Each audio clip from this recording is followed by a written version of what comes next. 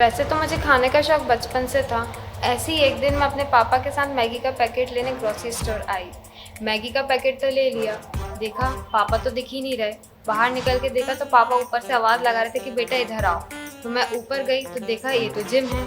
वहाँ मेरे पापा ने हितेश सर से बात करी कि इसका क्या करें। तो हितेश सर ने बोले इसे आप जिम ज्वाइन करा दो आज से ही, ये ठीक हो जाएगी। तो यहाँ से मेरी ट्रांसफॉर्मेशन जर्नी स्टार्ट होती है। जब मैंने अपनी ट्रांसफॉर्मेशन जर्नी स्टार्ट करी तब मेरा वेट 100 kg था। अब ट्रांसफॉर्मेशन के बाद 50 kg। Myself Alia Khan, I am 21 years old. I am in 4th year BTech Civil.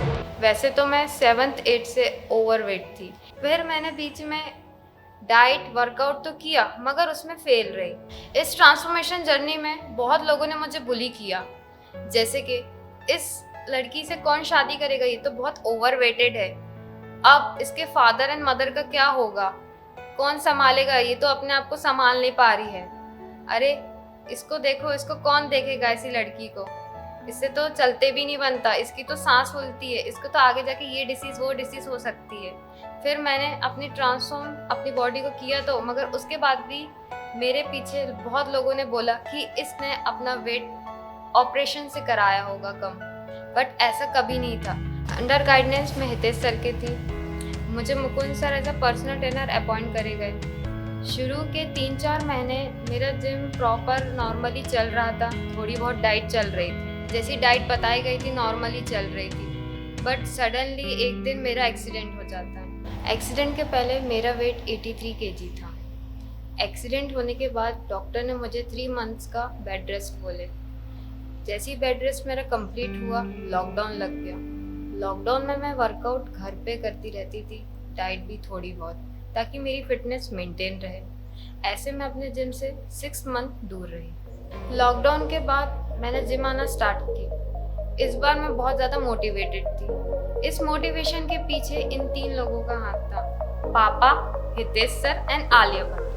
पापा और हितेश सर को तो आपको समझ में आ गया, बट आप लोग सोच रहे होंगे कि आलिया भट्ट कैसे। आलिया भट्ट ऐसे कि आलिया भट्ट भी पहले ओवरवेट थी, फिर उनको एक ऑफर आया स्टूडेंट ऑफ द ईयर का, मगर उन्हें स्टूडेंट ऑफ द ईयर में जाने में ट्रांसफॉर्म करना था अपनी बॉडी।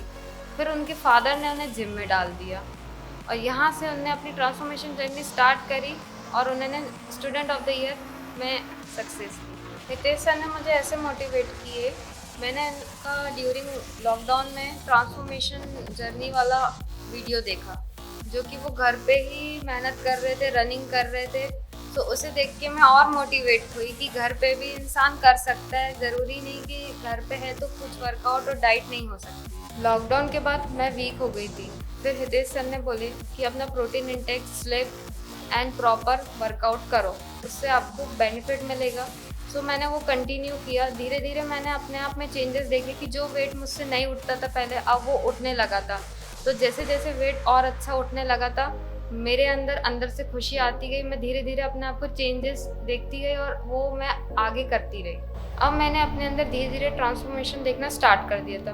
ट्रांसफॉर्मेशन के पहले मुझे स्टेयर चढ़ने में बहुत प्रॉब्लम होती थी, मेरी सांस फूलने लगती थी जिम आते तक। अब मेरी सांस फूलना बंद हो गई थी। अब मैंने अपने अंदर बहुत सारे चेंजेस देखना स्टार्ट कर दी थी, तो मुझे अंदर से बहुत खुशी होना स्टार्ट हो गई थी कि ये अब एक दूसरी आलिया बन रही है। अब इसके बाद लोगों ने मुझे आलिया भट्ट बोलना स्टार्ट कर दिए थे। जैसे जैसे लोग मुझे आलिया भट्ट बोल रहे थे, मुझे अंदर से और खुशी होती जा रही थी। सो मैंने सोच लिया कि अब ये दूसरी आलिया भट्ट बनेगी, आलिया खान अब आलिया भट्ट बनेगी। सो मेरे धीरे धीरे करके फॉर्म्स अच्छे होते गए, मेरी और अच्छे अच्छे स्क्वाट्स मैं करने लगी। सो मुझे अंदर से और खुशी होने लगी कि अब तो अब आलिया खान आलिया भट्ट बन के गई।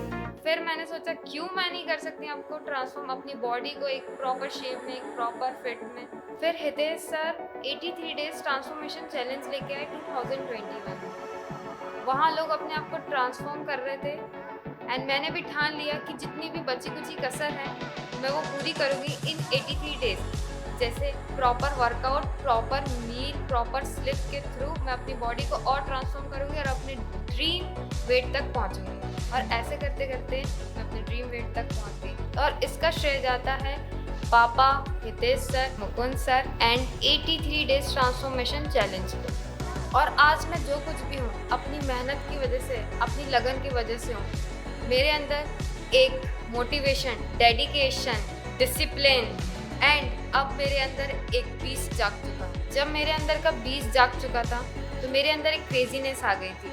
लोग मुझे पागल बोलने लगे थे कि अब बस कर। मैं एक पर्सनली एडवाइस देना चाहूँगी कि जो लोग भी अपनी बॉडी को ट्रांसफॉर्मेशन करना चाहते हैं वो एक बार आके हितेश सर से मिले, अपनी प्रॉब्लम शेयर करें और वो प्रॉपर वर्कआउट एंड डाइट अपनी फॉलो करें।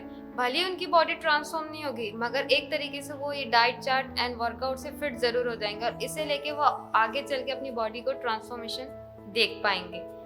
हाँ, मगर मैं ये बोलना ज़रूर चाहूँगी कि किसी के बोलने पे आप अपनी बॉडी को ट्रांसफॉर्म नहीं कर सकते। जब तक अपने अंदर एक सेल्फ डिसिप्लिन, एक मोटिवेशन, एक डेडिकेशन जब तक नहीं आएगा अंदर से, एक अंदर का बीस्ट नहीं जागेगा, तब तक आप कुछ नहीं कर सकते।